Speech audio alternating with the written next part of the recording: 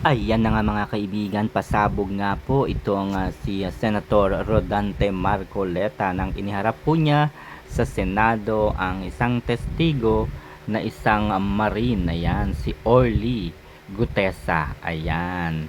So mga kaibigan, sa naging pahayag po ni Orly Gutesa ay nabanggit po niya at naisalaysay ng maayos, malinaw kung paano napupunta ang pera kina House Speaker Martin Romualdez at Zaldico.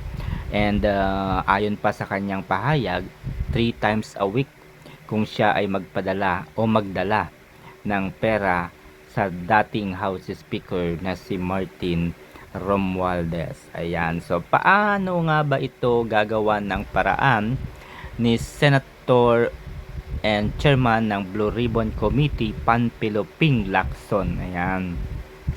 So, alam natin mga kaibigan, panoorin din ninyo kanina kung paano ginagawa ng paraan ni Panfilo Lacson ang yung ano guys, alam niyo yun, ginagawa niya ng paraan kung paano malilihis itong issue na ito. Kasi nabanggit si Romualdez eh. So, medyo mataas na ito, medyo delikado na. Medyo delikado na ito si Ping Lacson kasi eto na mauungkat na. At syempre naungkat din dito ang ACT-CIS party list, ayan, ni Tulpo.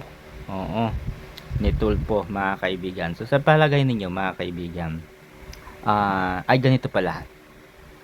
Minsan sa usapin po ng ebidensya, kung susuriin natin ang salaysay ng isang ordinaryong citizen at salaysay ng isang militar or men in uniform mga kaibigan, ang alam ko mas mabigat ang salaysay ng men in uniform. Ayan, so ibig sabihin kahit nag-iisa itong si Orly Gutesa, ay isa itong marine. Ayan, isa itong marine at kaya talaga naman nanganganib din ang Malacanang sapagkat ang marine po ay mayroong sinumpaang tungkulin sa bayan at sa taong bayan. Kaya kapag ito po ay nag-aklas laban sa pamahalaan, there will be no question.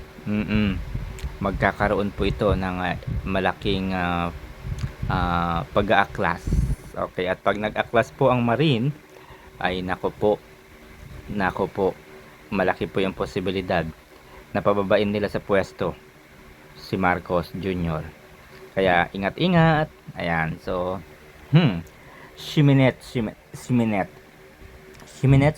umuwi ka na dito, Zaldico.